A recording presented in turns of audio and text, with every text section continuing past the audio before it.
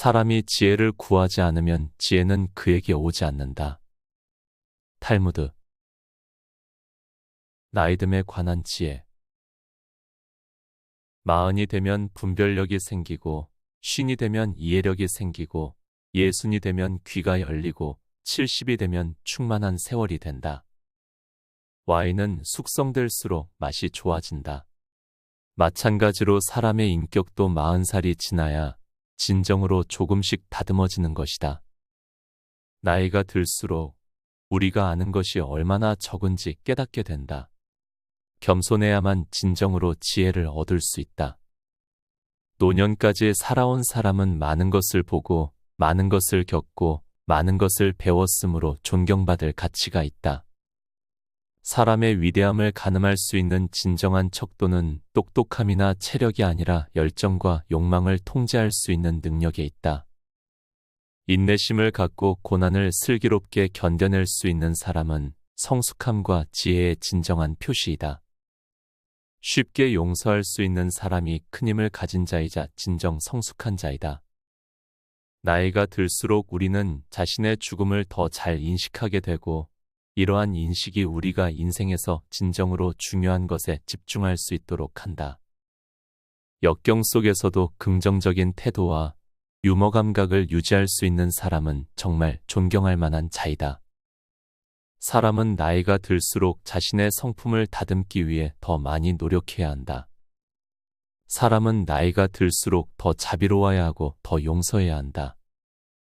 최고의 포도주는 마지막을 위해 저장되는 것처럼 사람의 인생에서 가장 좋은 것은 노년을 위해 저장된다. 나이 든 어른은 시간이 지남에 따라 숙성되고 깊어지기 때문에 오래된 포도주에 비유된다. 나이 든 자는 진주로 가득 찬 보물상자와 같다. 나이 든 사람의 기도는 경험과 지혜가 깊기 때문에 젊은 사람의 기도보다 이루어질 가능성이 높다. 계속 배우고 성장하는 노인은 시간이 지날수록 더욱 당도가 깊어지는 과일과 같다. 지혜를 배우지 않고 늙어가는 사람은 멍에를 매지 않은 소와 같다.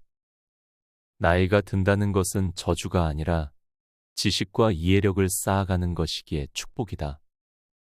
배우지 못한 자에게 노년은 겨울이고 배운 자에게 노년은 수확의 계절이다. 신념이 강한 노인은 나이가 들어도 계속 열매를 맺는 나무와 같다. 장수하면서 그 인격을 유지하는 사람이 진정한 영웅이다. 나이가 들수록 인생에 받은 축복에 대해 더 감사해야 하고 그 감사의 마음을 키우기 위해 더 많이 노력해야 한다. 노년기에도 계속 배우고 성장하는 사람은 꺼지지 않는 촛불과 같다. 의로운 삶을 살아온 노인은 다른 사람을 축복하고 세상에 긍정적인 영향을 미칠 수 있는 힘이 있다. 사람은 나이가 들수록 더욱 겸손해지고 자신의 한계를 인식해야 한다. 지식과 지혜를 쌓은 노인은 손에서 손으로 전해지는 횃불처럼 그것을 미래 세대에게 전수해야 한다. 반복하라, 반복하라. 그것이 기억력에 가장 좋은 약이다. 성공적이고 행복한 인생을 사는데 도움을 주는 지혜. 내가 싫어하는 것을 내 이웃에게 행하지 말라. 이것이 율법의 전부이니라. 나머지는 모두 이 율법에 대한 해설이니 가서 배워라. 인간에게는 그가 의지하는 3명의 친구가 있다. 첫째로, 행운이 지속되는 동안에만 그와 함께하는 그의 재산. 둘째로, 그가 죽은 후 그를 무덤에 묻어주고 그를 잊어버리는 친척들. 셋째로, 무덤을 넘어서 그와 끝까지 함께하는 그의 선행. 어떤 사람이 너에게 너는 당나귀다라고 말하더라도 귀를 기울이지 말라. 그러나 두 사람이 동시에 이렇게 말한다면 안장을 사라. 다른 사람의 자선으로 살아가는 가난한 사람이라도 자선 행위는 해야 한다. 모든 사람은 자신의 돈을 3부분으로 나누어라. 그리하여 3분의 1은 토지에 투자하고 3분의 1은 사업에 투자하고 3분의 1은 예비금으로 옆에 두도록 하라. 사람은 갈대처럼 유연하면서 백향목처럼 흔들리지 않으려고 노력해야 한다. 사람의 진정한 성격은 그의 잔, 즉 술을 마실 때의 행동, 그의 주머니, 즉 금전적 거래, 그의 분노라는 세 가지 요인을 통해 확인할 수 있다. 한 가지 선행을 행하는 사람은 자신을 변호하는 사람 한 명을 얻고, 한 가지 범죄를 저지르는 사람은 자신을 고발하는 사람 한 명을 얻는다.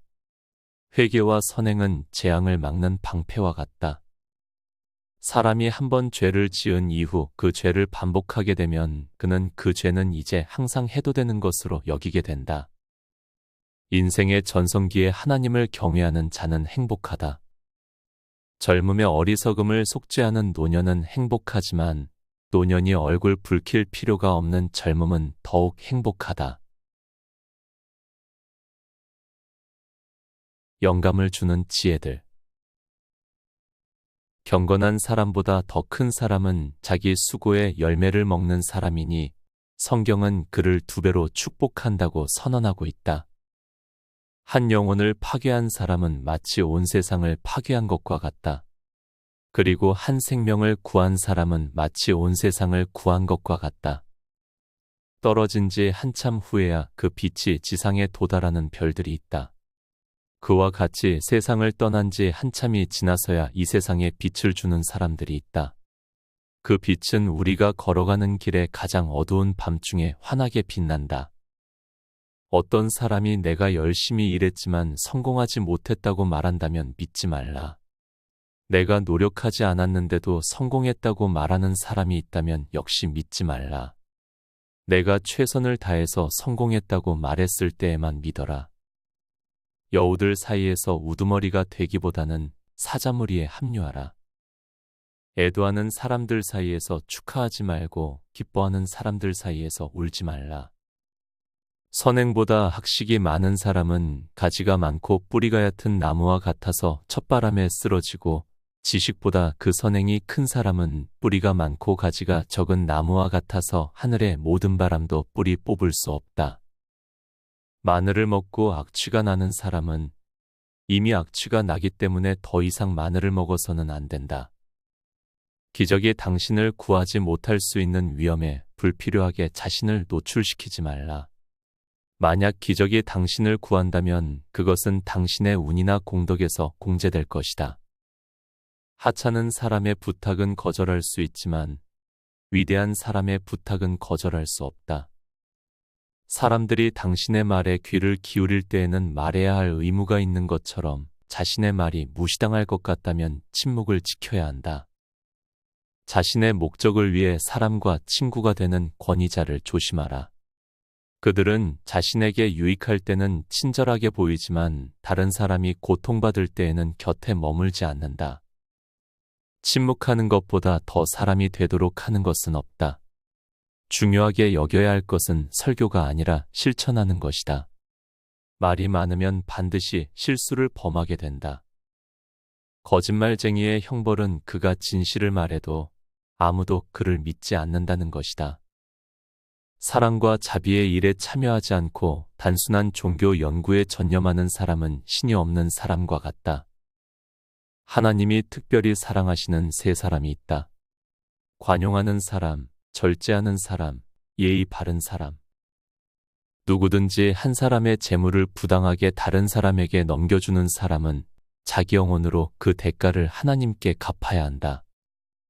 누구든지 자기를 핍박하는 자를 핍박하지 아니하는 자, 누구든지 침묵으로 화를 참는 자, 사랑으로 선을 행하는 자, 고난 중에도 기뻐하는 자, 이들은 하나님의 친구들이며 성경은 이들에 대해 그들이 정오의 해와 같이 빛나리라고 말씀한다. 영혼이 몸을 채우고 있는 것처럼 하나님도 세상을 채우시고 계신다. 영혼이 몸을 지탱하는 것처럼 하나님도 세상을 지탱하신다. 영혼이 보고 있지만 보이지 않는 것처럼 하나님도 보고 있으시지만 보이지 않는다. 큰 지식을 소유하고 있으면서도 사명감이 없는 사람은 하나님이 함께하지 않으신다. 행동은 말보다 더 크게 말한다. 한 마을에서 사업이 번창하지 않으면 다른 마을로 가라. 조카가 경찰이 된다면 시장에서 그를 피하라. 권위 있는 사람이 당신의 사업을 너무 잘 알고 있으면 좋지 않을 수 있다. 사랑과 결혼에 관한 지혜들. 이 연합은 적합한 시기에 적합한 의도를 가지고 적합하게 이루어진 거룩하고 순수한 것임을 알라. 하나님은 그분의 지혜를 통해 모든 것을 창조하셨으며 그는 추하거나 부끄러운 것을 창조하지 않으셨다. 남편과 아내는 하나의 영이다. 그들은 오로지 그들이 이 세상에 내려오게 되었을 때만 분리되게 된 것이다. 그들이 결혼하는 때 다시 재연합하게 되는 것이다. 복수하는 것에 열심인 사람은 곧 자신의 집을 파괴하는 것이다. 특정한 요인들로 인해 시작된 사랑은 그 요인이 사라지면 그 사랑도 사라지지만 특정한 요인들에 의존한 것이 아니라면 그 사랑은 결코 사라지지 않을 것이다. 아내가 키가 작다면 당신은 당신의 몸을 굽혀서 속삭여라. 남자는 자기 형편보다 적게 먹고 마시고 자기 형편에 맞게 옷을 입고 자기 형편 이상으로 아내와 자녀를 공경해야 한다. 우리의 사랑이 강할 때는 칼의 날 위에도 누울 수 있었다. 그러나 이제는 우리의 사랑이 강하지 않으므로 60큐빗, 즉 30m 외침대도 충분하지 않다. 사랑을 담은 친절은 모든 율법보다 크며 생명을 담은 자선은 모든 의례와 의식들보다 크다. 숫개가 당신에게 짖으면 머물러 있고 암개가 당신에게 짖으면 떠나라. 가정의 모든 축복은 아내를 통해 오므로 남편은 아내를 존중해야 한다. 여자는 남편의 애정이 없는 부유함보다 남편의 애정이 있는 가난을 선호한다. 아내를 자기 자신처럼 사랑하고 자신보다 아내를 더 존중하라. 부자가 되려면 아내를 공경하라. 사람의 집이란 그의 아내를 의미하는 것이다. 아내를 진실하고 충실하게 사랑하되 열심히 일하도록 강요하지 말라. 남자의 장점은 부재 중일 때 온전히 드러나야 하고 존재할 때는 부분적으로만 드러나야 한다. 자녀 교육과 배움에 관한 지혜들. 오이의 품질은 꽃이 피었을 때 알아볼 수 있다. 암양은 암양을 따른다. 딸의 행동은 어머니의 행동과 같다. 자식은 하나님, 아버지, 어머니 세 분에게 목숨을 비치고 있다. 미성년 자녀를 부양할 뿐만 아니라 그들의 교육을 돌보고 아들에게 직업과 미래의 복지에 필요한 모든 것을 가르치는 것은 아버지의 의무이다. 자녀를 가르치는 자는 마치 자기가 자녀를 창조하는 것과 같다. 내 자녀를 내 자신의 배움에만 가두지 말라. 그들은 다른 시대에 태어났음이라. 역경은 진정한 마음의 학교이다. 가난한 자의 자녀를 대가 없이 가르치고 부자의 자녀를 편애하지 말라. 자신의 혀로 나는 모른다고 말하도록 가르치라. 미래는 현재의 고통으로부터 얻는다. 책망을 회피하는 사랑은 사랑이 아니다. 자식은 부모가 살아있을 때 사랑하고 공경해야 하며 부모가 돌아가신 후에도 사랑하고 공경해야 한다. 부모가 하나님을 사랑하고 공경한 것처럼 자식도 하나님을 사랑하고 공경한다면 자신의 선행 안에 부모가 다시 살아 드러나게 된다. 아들이 부모를 공경하는 동안 하나님께서는 마치 그 자녀와 가까이 거하시는 것처럼 그 자녀를 품으시고 그분 자신이 공경을 받으신다. 포도나무에 달린 포도를 보는 것은 아름답고 기쁜 일이지만 가시덤불에 달린 포도를 보는 것은 추하고 혐오스러운 일이다. 나무는 그 열매로 알 수 있듯이 사람은 그의 행위로 알 수 있다. 인간의 완성에 도달하고자 하는 사람은 먼저 논리학을 공부하고 그 다음에는 수학을 공부하고 그 다음에는 물리학을 공부하고 마지막으로 형이상학을 공부해야 한다. 뱀에 물린 사람은 밧줄도 무서워하게 된다. 악인에게서 배울 수 있을지라도 악인과 어울리지는 말라. 우리 마을에서 나는 내 이름으로 알려져 있다. 그러나 집을 떠나 있을 때는 나의 옷차림으로 내가 알려진다. 지식을 얻기를 간절히 사모하라. 지식은 유산으로 주어지는 것이 아니니라. 내가 할 수 있는 한 많이 또는 적게 하되 오직 내 의도가 항상 선하도록 하라. 내가 죽는 날까지 너 자신을 믿지 말고 내가 동료의 자리에 있어 보기 전까지는 그를 판단하지 말라. 항상 선한 사람과 어울려라. 먼저 내 자신을 바로잡고 나서 남을 바로잡으라. 우리의 열정은 처음에는 여행자와 같아서 잠시만 머물러 있지만 그 이후에는 매일 찾아오는 손님과 같이 되고 마침내는 우리의 주인이 되어 우리를 지배하게 된다. 물고기는 물이 부족하면 죽고 사람은 법과 질서가 없으면 죽는다. 이웃의 명예를 질투하는 마음으로 지키라. 부드러운 대답은 노여움도 돌이키고 형제와 친구, 모든 사람, 심지어 거리의 이방인과도 화평하게 하여 위로는 사랑을 받고 아래로는 존경을 받게 한다. 남몰래 자선을 베푸는 자가 세상에서 가장 큰 자보다도 위대한 자이다. 내면에 고귀함이 없는 사람은 고귀한 태생일지라도 아무것도 없는 것과 같다. 너를 사랑하는 자는 너를 꾸짖는다. 멀리해야 하는 것들에 관한 지혜. 저주하는 것보다 저주받는 것이 낫다. 자기를 낮추는 자는 높아질 것이고 자기를 높이는 자는 모욕을 당할 것이다. 돈 때문에 결혼하는 자, 그의 자녀는 그에게 저주가 될 것이다. 훔친 물건을 사지 말라. 유혹에 저항하는 사람은 행복하다. 부끄러워하는 사람은 쉽게 죄를 짓지 않는다. 질투를 마음에 품는 자는 그 뼈가 썩는다. 책망의 한마디를 참지 못하는 자는 많은 말을 들어야 할 것이다. 내 입을 조심하여 부끄러운 말을 하지 않도록 하라. 먹고 마시는 것은 살기 위함이니 먹고 마시기 위해 살지 말라. 짐승도 이와 같이 하느니라. 지나친 웃음은 정신을 쇠약하게 하고 망각을 일으키니 조심하라. 선한 사람은 약속을 적게 하고 많이 행한다. 악인은 많은 것을 약속하고 아무것도 행하지 않는다. 반복적으로 죄를 짓고 죄를 덮기 위해 참회를 기대하는 사람은 그의 참회가 아무 소용이 없을 것이다. 습관이 죄와 악의 거대함을 제거할 수 있다. 제때에 한 마리 돈 한 푼의 가치가 있다면 제때에 침묵하는 것은 확실히 두 푼의 가치가 있다. 불행과 후회는 복수의 자식이다. 무지와 자만심은 함께 간다. 자신의 양심보다 세상의 의견을 더 두려워하는 사람은 자존심이 거의 없는 것이다. 교만은 최악의 가난, 즉 무지의 징표이다. 죄 많은 생각은 죄 자체보다 훨씬 더 위험하다. 내가 그의 처지가 되기 전에는 내 이웃을 판단하지 말라. 오늘은 탈무드의 두 번째 시간으로 기존에 전한 내용들과는 또 다른 지혜의 메시지들을 정리해 보았습니다. 탈무드는 세상과 인간들이 유일한 신인 하나님에 의해 만들어진 것이라 설명하는 책입니다. 그렇기 때문에 사람이 행복하고 성공적인 삶을 살기 위해서는 설계자인 신이 계시한 이 지혜의 말씀을 듣고 따라야 한다고 가르칩니다.